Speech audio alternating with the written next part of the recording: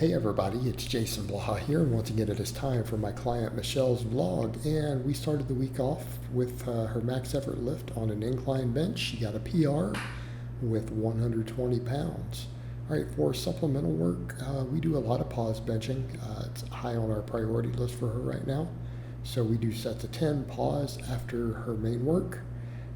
Again, we keep this fairly dry. Notice she's got pinkies on the ring, so we do a pretty wide grip for this. Again, she's low down on the chest. And again, we train her different grips a lot.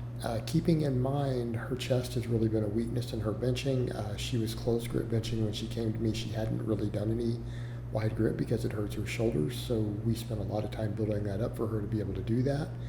We've even gotten to where she can incline bench now. She was not able to incline bench. Again, we've rebuilt everything up enough that she can do these things relatively pain-free. So again, it's a matter of finding the right angles, building all the musculature up, and we've effectively gotten her there. But we're at a point where her wider grip is still not past her closed grip. So we may end up closed gripping in her next meet, and we'll continue to work the wide grip. And the thing to remember with your lifters in competition, it's good to train these different angles, train the different grips, the different stances. It really is. We build a broader base, it reduces overuse, so we end up getting thicker, building more muscle, but ultimately we compete in the one that we're strongest in, right? Because at the end of the day, when you go to a powerlifting meet, the goal is to lift as much weight as possible within the context of the rules, right? Within the rules that they provide, because again, that's what creates the apples to apples environment. We always want to lift the most weight possible. So, if a certain stance, if your sumo or deadlift or conventional deadlift is stronger, whichever one you're strongest on, that's where it's wisest to compete. But here's the other thing that's always nice. What if we're working around an injury and we can only do one? It's nice to train those different things. Perfect example, my last meet. My shoulders were still not feeling good at that time. I've been doing pull-ups and stuff again, and I really wasn't up to wide gripping, but because I trained close grip quite a bit, I was able to come in and do 3 plates on a close grip just fine, right? Which again, obviously I'm a lot stronger than that these days. But at the time it's better than, taking a sub 300 pound lift. So I came in and close gripped, did my 140 kilo close grip and, came in and got a decent total in spite of my shoulders not feeling great and not being able to do my optimal bench grip. So sometimes that's the point too.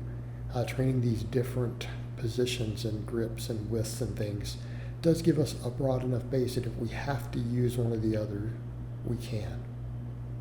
We can work around injury, overuse, inflammation, any of those things.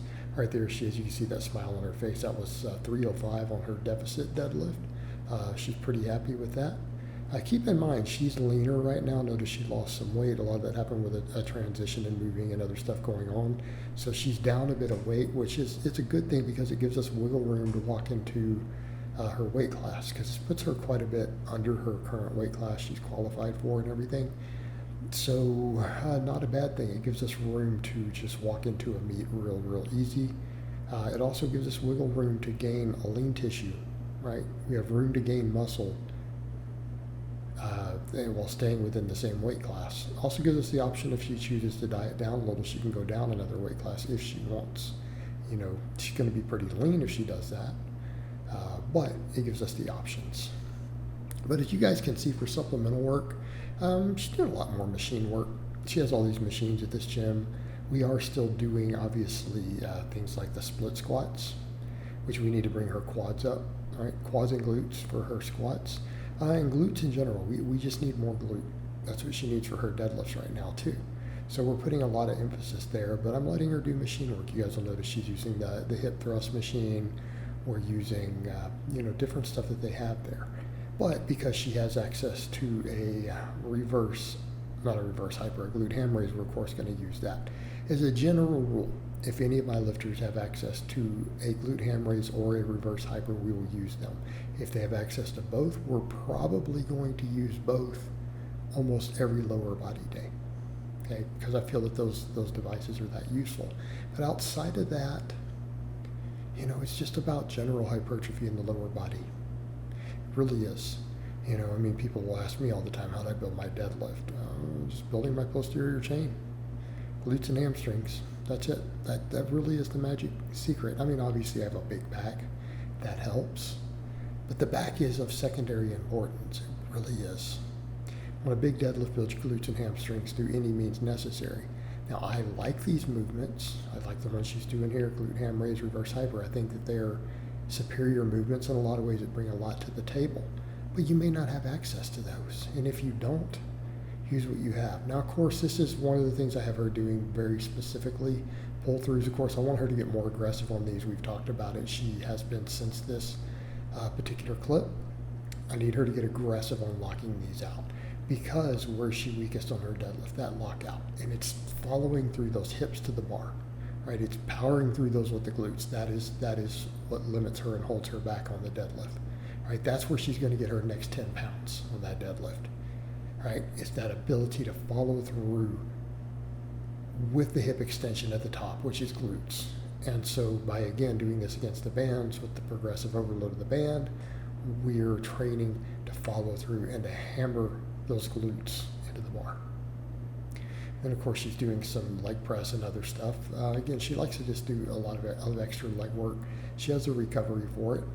So if we have the recovery for it and the work capacity for it, we do it. I do want to keep in mind her volumes are higher than the majority of my clients for two reasons. Number one, women have a better volume tolerance than men. It's been shown in studies. We know it's the case. It's not like massively different, but it's measurable. She also has a very high level of conditioning. She is a former boxer. She does tons of cardio and GPP. So she is in good shape in terms of fitness, to put it mildly. She's in very good shape. So because of those two factors, you know, I give her a lot more volume and wiggle room on volume to add extra stuff as she needs, right? I give her wiggle room on those things because she can get away with it. A lot of you out there might not. A lot of my male lifters who don't have a high level of conditioning, they can't do this, and that's okay, right? That's okay. We do what they can.